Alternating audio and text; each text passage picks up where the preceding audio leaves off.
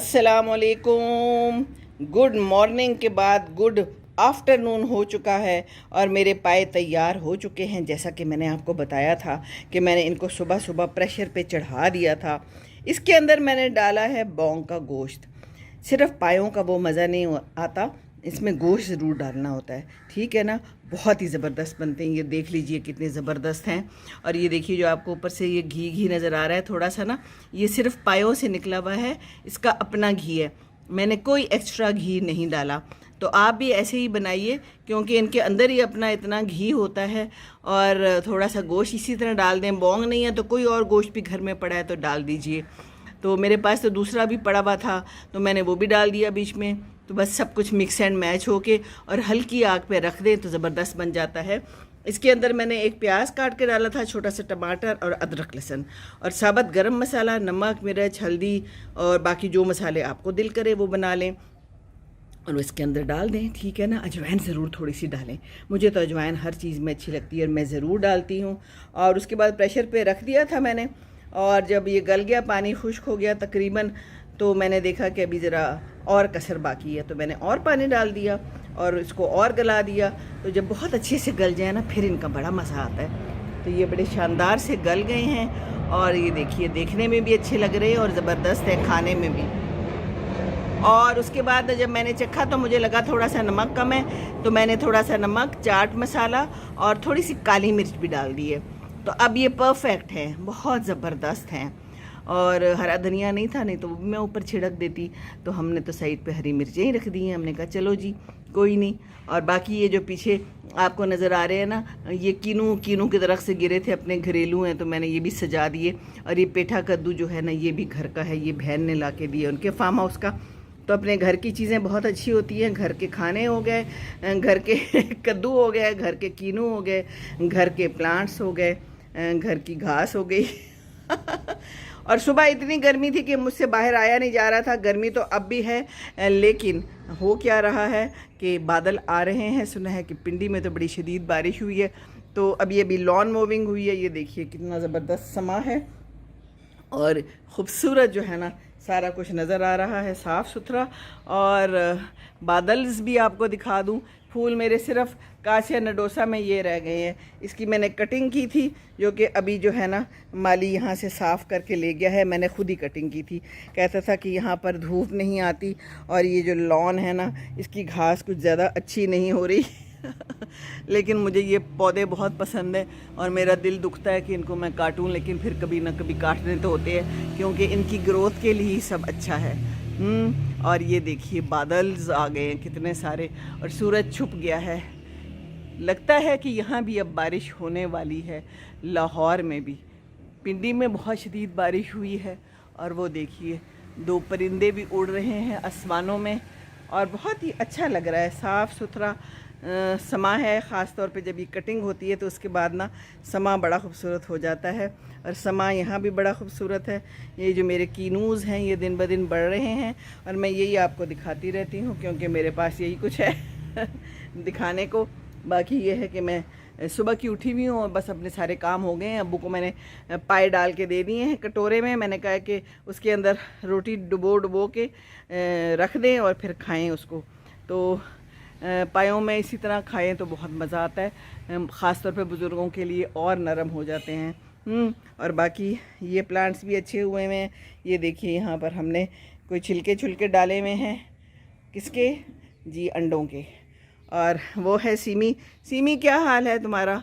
भूख तो लग चुकी होगी है ना, क्योंकि सुबह का नाश्ता किया हुआ है और पहले तुम लाई वाई हो और उसके बाद अब तुम यहाँ पर आकर अपने पाए दिखा रही हो। तुम्हें भी ज़िंदगी में चैन कोई नहीं है ना, पर क्या करो है ना, तुमने भी तो कुछ ना कुछ करना है ना।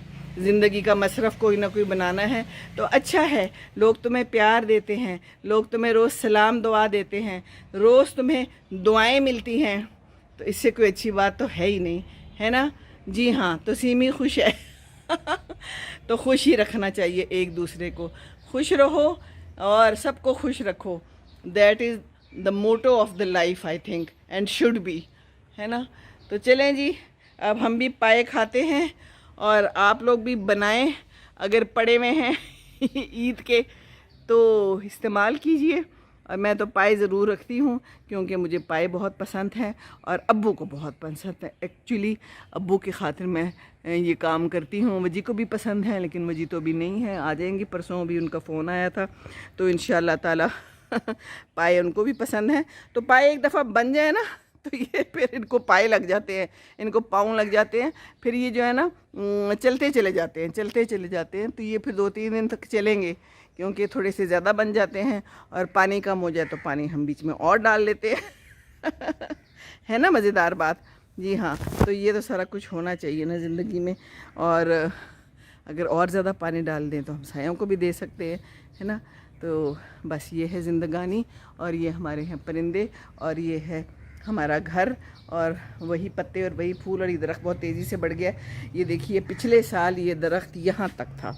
मेरी अगर आप पुरानी वीडियोस देखें तो मैं यहाँ पर बैठी हुई वीडियोस बना रही हूँ, और यहाँ तक ये दरख्त था, इससे भी बल्कि नीचे था। और अब ये देखिए कि कितना ऊंचा चला गया है, और अब ये ऊपर चला जाएगा इस पोर्च से भी ऊपर। अब्बू को बड़ी फ़िक्र है कि कितना ऊँचा होगा। मैंने कहा अब्बू फ़िक्र ना करें, ये और ऊँचा चला जाएगा।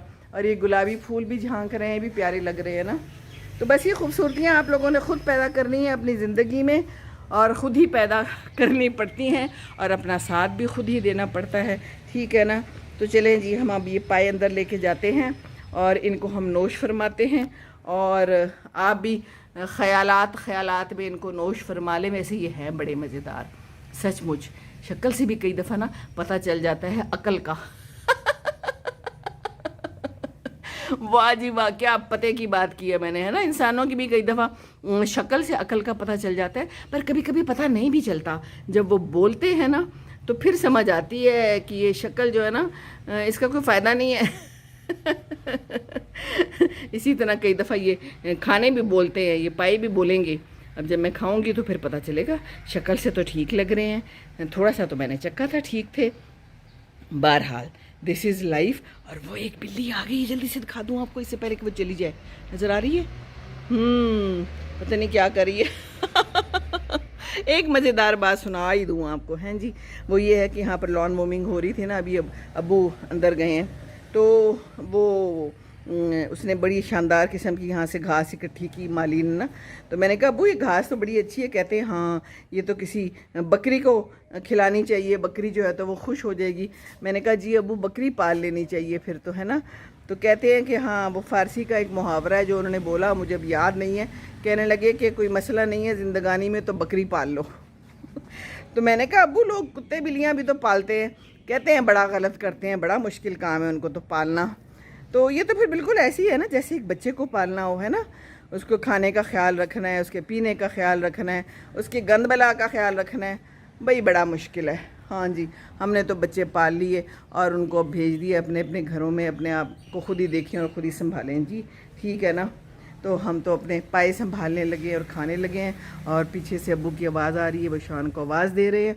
तो मैं भी जाके मालूम करूँ कि अल्लाह करे खैर हो, खैरियत हो, अल्लाह ताला आपके यहाँ भी खैर खैरियत रखे। और जनाब हमारी वीडियोस देखते रहें, शेयर करते रहें, एंजॉय करते रहें, पाए बनाते रहें, खाते रहें, ठीक है ना। खुश रहिए, खुशियाँ बांटिए। खाने भी बांट सकते हैं आप एक दूसरे के साथ, रेसिपीज़ बांट सकते हैं, आइडियाज़ बांट सकते हैं, और कुछ नहीं तो प्यारे प्यारे कमेंट्स बांट सकते हैं। अल्लाह हाफिज़, खुश रहिए। अस्सलामु अलैकुम व रहमतुल्लाहि व बरकातुहू।